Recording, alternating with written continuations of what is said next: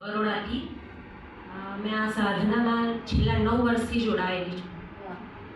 અને મને આર્થરાઇટિસ હતું બહુ નાની એજમાં. હું મારી સેકન્ડ પ્રેગ્નન્સીના ટાઈમથી, તો મારી સેકન્ડ પ્રેગ્નન્સી 25 યર હતી. મેં 25 યરની હતી અને મારી સેકન્ડ પ્રેગ્નન્સી હતી. મારી કન્ડિશન એ ટાઈમ એવી હતી, મેં 9 મહિના કોઈ દિવસે પથારીમાં સૂતી નથી. બેઠા બેઠા જ સૂવાનું, પથારીમાં આપણે આડા પડીએ એ રીતે નહીં સૂવું. ધીરે ધીરે ધીરે ધીરે 4 વર્ષ તો નીકળી ગયા. 29 યરની એજ થઈ મારી, ત્યારે મારી કન્ડિશન એવી કે ઘરની અંદર હું ચાલી ના શકું.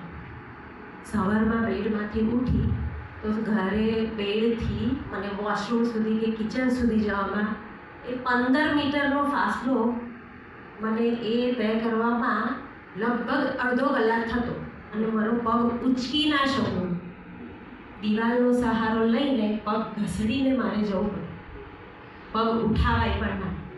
સવારે વોશરૂમ સુધી જવું હોય, સવારે ઉઠે એટલે બધા વોશરૂમ ફ્રેશ થવા જાય જ, પણ મારી કન્ડિશન એવી કે એવી રીતે ઊભી તો થઈ ગઈ, પણ મારા પર કમોડ પર પણ બેસાય એવી કન્ડિશન નહીં મારી.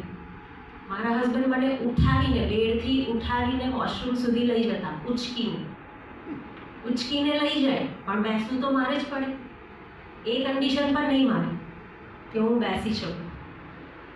અને પછી મને મારા નેબર હતા, મારી આવી કન્ડિશન જોઈને મારા નેબર હતા, એમણે મને સંજય અંકલનો કોન્ટેક આપ્યો.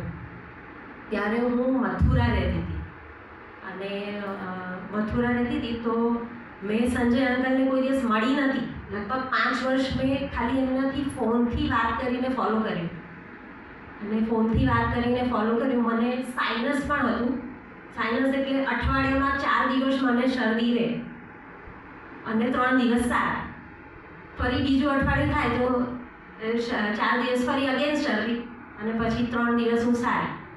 અને આ કન્ડિશન પેઇનવાળી તો ખરી. પછી મેં આને ફોલો કર્યું.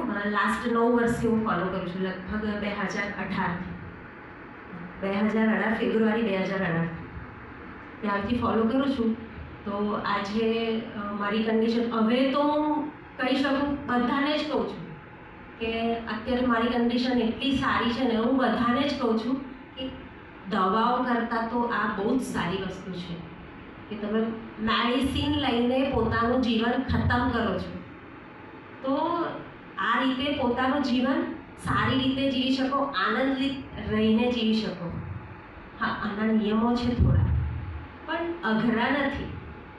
બધાને એન્જોય કરીને તમે પોતાની લાઈફ જીવી શકશો આનાથી. મારો એ 29 યરની એજે મારો સન, મારો 4 યરનો, એ 4 યરનો મારો સન મમ્મી મને એવું કહેતો કે મમ્મી ચાલ તું મારા શોલ્ડર પર હાથ મૂક, હું તને કિચન સુધી લઈ જાઉં. હવે 4 વર્ષનું છોકરું એટલે કેટલું નાનું હોય, એ મને કહે કે મમ્મી ચાલ તને હું કિચનમાં લઈ જાઉં. હું એ ટાઈમ મારી કન્ડિશન એવી હતી, છોકરાઓ મારા સ્કૂલે મૂકવાના હોય ને તો મારા હસબન્ડ ડ્રોપ તો કરી આવે. એમનો ટાઈમ 8 વાગ્યાનો અને છોકરાઓનો ટાઈમ 7:30, એટલે ડ્રોપ તો કરી આવે, પણ પિકઅપ કરવા તો જવું પડે. અને અમે ત્યાં મથુરા ટાઉનશીપમાં રહેતા. મારા હસબન્ડની જોબ ઇન્ડિયન ઓઇલમાં છે, તો એ મથુરા ટાઉનશીપમાં રહેતા, એટલે વેનની સુવિધા બહુ ઓછી. એમ જનરલી બધા લેવા મૂકવા જતા હોય કે ત્યાં ને ત્યાં હોય કે 1 કિલોમીટરના ડિસ્ટન્સમાં છોકરાઓ મૂકવાના હોય, એટલે કોઈ એ વસ્તુ કરતું નહીં, જાતે લેવા મૂકવા જાઉં. તો જ્યારે છોકરાઓને લેવાના હોય ને તો પણ હું ઘરની બહાર નીકળી શકતી નહીં. જવા માટે વ્હીકલ ચલાવો તો બી પગનો સપોર્ટ જોઈએ. તો એ કન્ડિશનમાં મારા છોકરાઓ, મારા ફ્રેન્ડ્સે બહુ હેલ્પ કરી. આ બધું થયું ત્યારે પણ મારા ફ્રેન્ડ્સે, ફેમિલીએ બહુ જ સપોર્ટ કર્યો મને.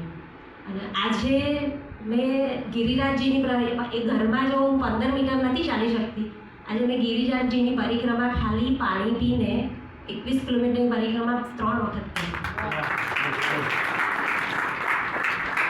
અને આજે શક્તિ તો એનાથી અપાર છે. જે કહે છે ને કે ભોજનમાં શક્તિ નથી, એ સાચી વસ્તુ છે.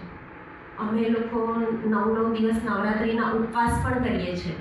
નવરાત્રિના ઉપવાસ મેં ફ્રૂટ્સ પણ કર્યા, જ્યુસી ફ્રૂટ્સ પર પણ કર્યા, લીંબુ મધના પાણી પર પણ કર્યા. 9 દિવસ કંઈ જ ખાવાનું નહીં, લીંબુ મધના પાણી પર.